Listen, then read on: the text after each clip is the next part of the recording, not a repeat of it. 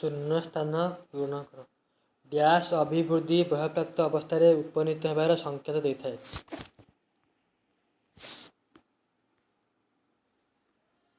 Dash अभिवृद्धि बयप्राप्त अवस्था उपनीत होबार संकेत देता है। कैशोर स्वर पेटिकार वृद्धि जोगु पुओमानंकर स्वर डैश होता है।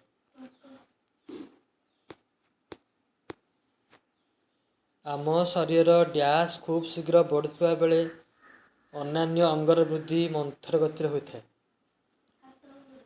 हाथ गोड़ खूब शीघ्र बढ़ी था, अन्य सब अंग कम रेट्रे बढ़ी था। किशोर अवस्था डैश अंगर विकास घटे एवं जुग्मज उत्पादन आरंभ हुए।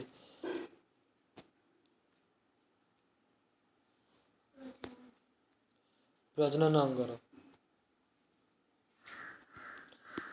डैश प्रभाव किशोर किशोरी मान होता परिवर्तन पोषक नियंत्रित होती। डैश प्रभाव किशोर किशोरी मान होता परिवर्तन पोषक ग्रंथि द्वारा नियंत्रित होता है। कार प्रभाव हार्मोन प्रभाव प्रत्येक परिपक्व डिम्बाणु डैश गुणसूत्र थाए। प्रत्येक परिपक्व डिम्बाणु डैश गुणसूत्र थाए।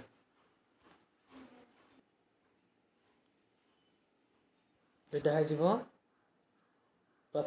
परिपक्व डिम्बाणु सब एक्स एक्स थाए एक्स गुणसूत्र सब थाए। डिम्बाणु शुक्राणु एक्स और वाई थाए। पुत्र संतान जाता हवा को डैश गुणसूत्र युक्त शुक्राणु आवश्यक। जदि जन पुत्र संतान जात हम ताले क्यों प्रकार गुणसूत्र मिसिब एक्स सहित वाई है कौन मिस वाई। एड्स रोगर भूताणु एड्स रोगर भूताणु ता ना कौन एड्स फुल फॉर्म होची एक्वायर्ड इम्यूनो डेफिशिएंसी सिंड्रोम। ये रोगर भूताणु तार ना कौन तो डैश भाइरस कहती भूताणु HIV भूताणु कौन कहती HIV भूताणु कहती। HIV फुल फॉर्म कौन ह्यूमन इम्यूनो डेफिशिएंसी भाइरस जो थे कि जो रोग हेल्ले आम इम्यूनो पावर कम इम्यूनिटी पावर कमिज रोग प्रतिरोध कमिज तेणु अधिक रोग हम अन्य भी रोग हो प्राय डैश वर्ष बेलू किशोर अवस्था आरंभ हुए 10-11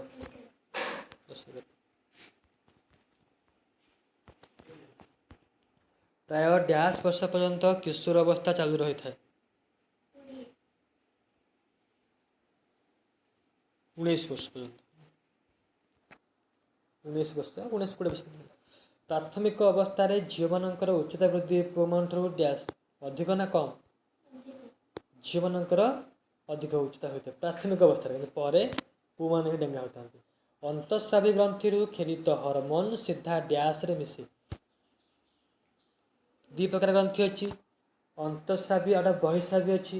अंतस्रावी जो ग्रंथि जो हार्मोन बाहर डायरेक्ट कौन मिसुची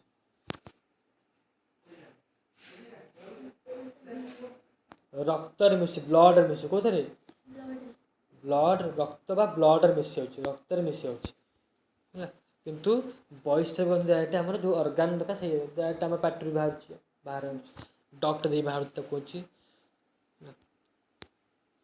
बहिस्रावी ग्रंथि कहुच्छे अलग कि अंतस्रावी ग्रंथि डायरेक्ट कौटी ब्लड मिसुची। किशोर किशोरी परिवर्तन डैश हार्मोन जो संभव।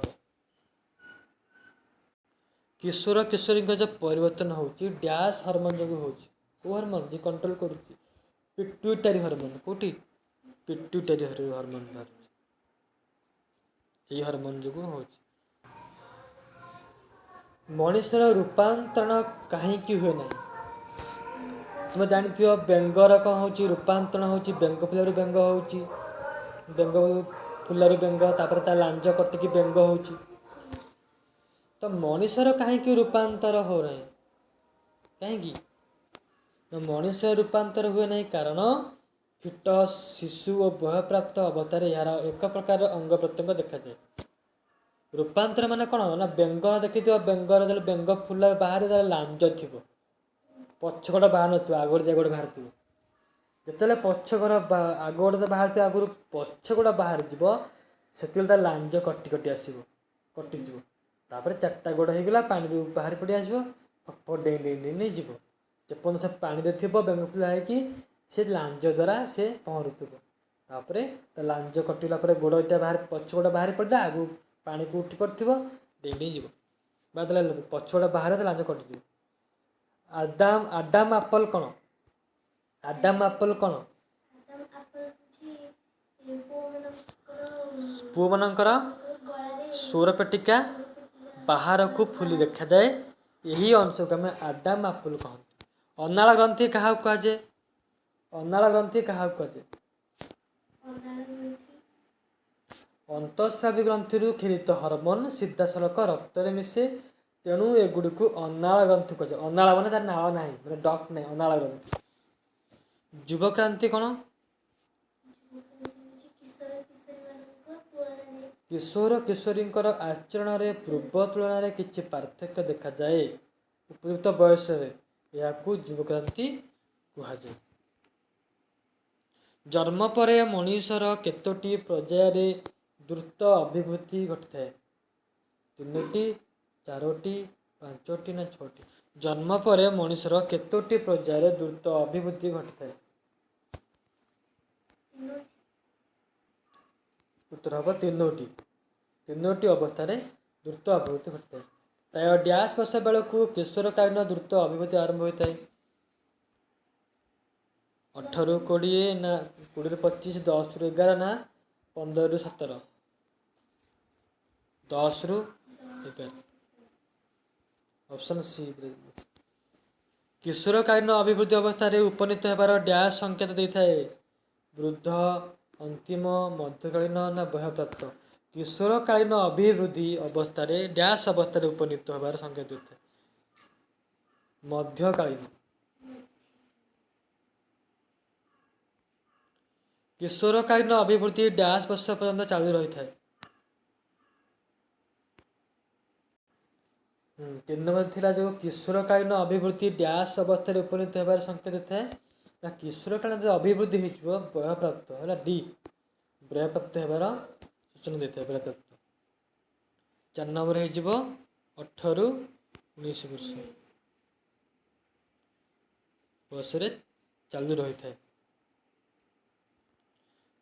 झील मान किशोरकालीन अभिवृद्धि पुमान अपेक्षा केते वर्ष आगुरी देखा जाए 5 वर्ष 3 वर्ष 1 वर्ष 2 वर्ष केते वर्ष आगुरी जीवन को देखा जाए 1 वर्ष पूर्व 10-11 वर्ष बयस आरंभ हो 18-19 वर्ष पर्यंत चालू रही अभिवृद्धि को मनुष्य जीवन क्यों अवस्था कहुए शैशव मध्यम वृद्ध कैशोर युवक्रांति पुओमानंकर स्वर कहार वृद्धि जोगु कर्कश हुए कोष रक्त सञ्चालन हर्मोन स्वरपेटिका हर्मोन प्रभाव में किशोर किशोरी मान देखा परिवर्तन डैश द्वारा नियंत्रित हुए स्वेद ग्रंथि कोष ग्रंथि तैल ग्रंथि लाल ग्रंथि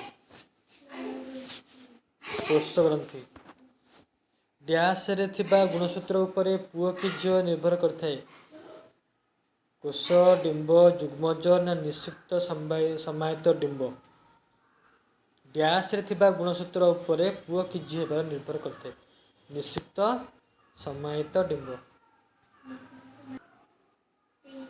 मनुष्यर गुणसूत्र संख्या केते 23 जोड़ा बा 46 जोड़ा हेल्ला 23 46 डिंबाणु केते प्रकार 1 2 4 5 डिंबाणु केते प्रकार 1 प्रकार शुक्राणु शुक्राणु 2 प्रकार अच्छी शुक्राणु केते प्रकार 2 प्रकार गोटे गोटे XX थी कि गोटे XY थी जो थे XY रहा पुआ झी हम डिंबाणु XY 2 प्रकार शुक्राणु डिंबाणु गोटे प्रकार शुक्राणु 2 प्रकार डिंबाणु खाली XX थाए डैश गुणसूत्र थिबा शुक्राणु और डिंबाणुर मिलन कन्यायत हुए ଡ୍ୟାସ୍ ଗୁଣସୂତ୍ର ଥିବା ଶୁକ୍ରାଣୁ ଓ ଡିମ୍ବାଣୁର ମିଳନରେ କନ୍ୟା ସନ୍ତାନ ଜାତ ହୁଏ। Y Y Y X Y X X ଖାଲି ଏକ୍ସ। ଡ୍ୟାସ୍ ଗୁଣସୂତ୍ର ଥିବା ଶୁକ୍ରାଣୁ ଓ ଡ୍ୟାସ୍ ଗୁଣ ଓ ଏକ୍ସ ଗୁଣସୂତ୍ର ଥିବା ଡିମ୍ବାଣୁ ମିଳନରେ ପୁତ୍ର ସନ୍ତାନ ଜାତ ହୁଏ। ନା ୱାଇ ଗୁଣସୂତ୍ର ଥିବା ଶୁକ୍ରାଣୁ। ନିମ୍ନୋକ୍ତ କେଉଁ ଶିଶୁର ଲିଙ୍ଗ ନିର୍ଦ୍ଧାରଣ କରେ? ହରମୋନ୍, ଗୁଣସୂତ୍ର, କୈଶୋର, ପିଟୁରି। କେଉଁଟି ଶିଶୁର ଲିଙ୍ଗ ନିର୍ଦ୍ଧାରଣ କରେ? ଗୁଣସୂତ୍ର। ବି नहीं गुणसूत्र थी যদি আমি জানিপারে এটা পুଅ কি ঝিଅ হব। এক্স গুণसूत्र লিখিলে ঝিଅ ୱାଇ ଥିଲେ ପୁଅ। ପୁଅମାନେ ଡ୍ୟାସ୍ ବର୍ଷ ପୂର୍ବରୁ ବିବାହ କରିବା ଆଇନ ସମ୍ମତ ନୁହେଁ। 18, 25,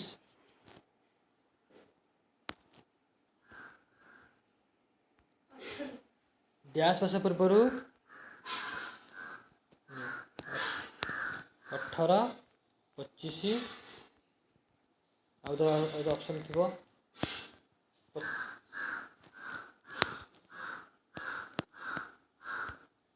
ଆଉ ଯଦି ଥିବ ଧର 22, 30। 22 ବର୍ଷ ପୂର୍ବରୁ ବିବାହ କରିବା ନୁହଁ। ଡ୍ୟାସ୍ ବର୍ଷ ବୟସ ପୂର୍ବରୁ ଗାଡ଼ି ଚଳାଇବା ନିଷିଦ୍ଧ ଅଟେ। 21, 25, 16, 18। 18 ବର୍ଷ। ନିମ୍ନୋକ୍ତ କେଉଁ ଲିଙ୍ଗ ଗୁଣସୂତ୍ର ପୁରୁଷଠାରେ ରହିଥାଏ? ନିମ୍ନୋକ୍ତ କେଉଁ ଲିଙ୍ଗ ଗୁଣସୂତ୍ର ପୁରୁଷଠାରେ ରହିଥାଏ? ଗୋଟିଏ ଏକ୍ସ ଗୋଟିଏ ୱାଇ ନା ଦୁଇଟି ଏକ୍ସ ନା ଦୁଇଟି ୱାଇ ନା ଗୋଟିଏ ଏକ୍ସ ଦୁଇଟି ୱାଇ? ଗୋଟିଏ ଏକ୍ସ ଗୋଟିଏ ୱାଇ। ତ 8 ନମ୍ବର କ'ଣ ହେବ? ଗୋଟିଏ ଏକ୍ସ ଗୋଟିଏ ୱାଇ ଇଏ ହେବ। ନିମ୍ନୋକ୍ତ କେଉଁ ଲିଙ୍ଗ ଗୁଣସୂତ୍ର ନାରୀଠାରେ ଦେଖାଯାଇଥାଏ? ଗୋଟିଏ ଏକ୍ସ ଗୋଟିଏ ୱାଇ